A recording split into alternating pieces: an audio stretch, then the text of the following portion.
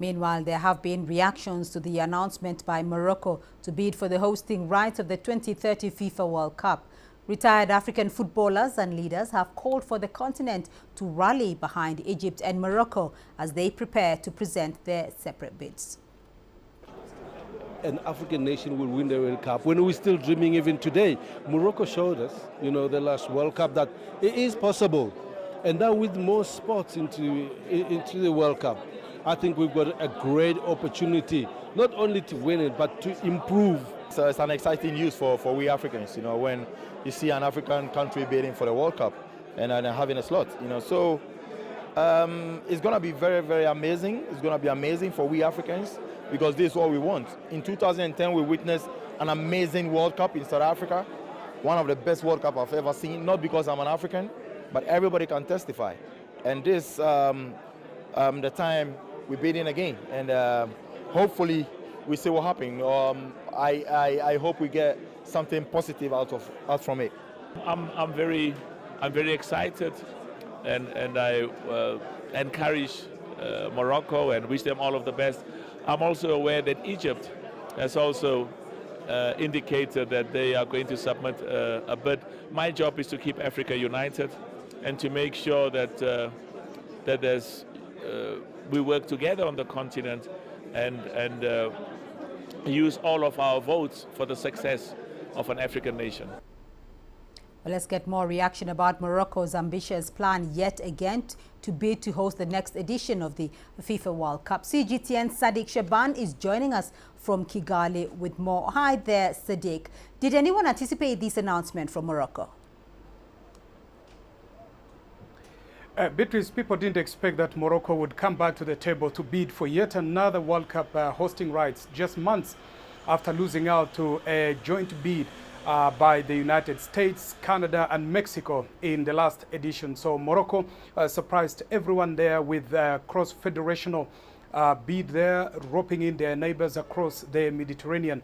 Morocco says it's not tired to try again after trying unsuccessfully in 1994, in 1998, 2006 and 2010, and the last edition in 2026. So this time they are calling on Africa to rally behind its bid. We're also aware that Egypt is also bidding, but Morocco say after going all the way and nearly getting to the finals of the 2022 FIFA World Cup in Qatar in 2022, it believes it has still something to offer to the global football community. Well, Sadiq, FIFA has also officially ratified the 48-team World Cup. Do we know how this will benefit Africa? Because at the moment, Africa contributes just about 5 slots to the FIFA World Cup, despite being the FIFA's biggest member federation by 56 countries.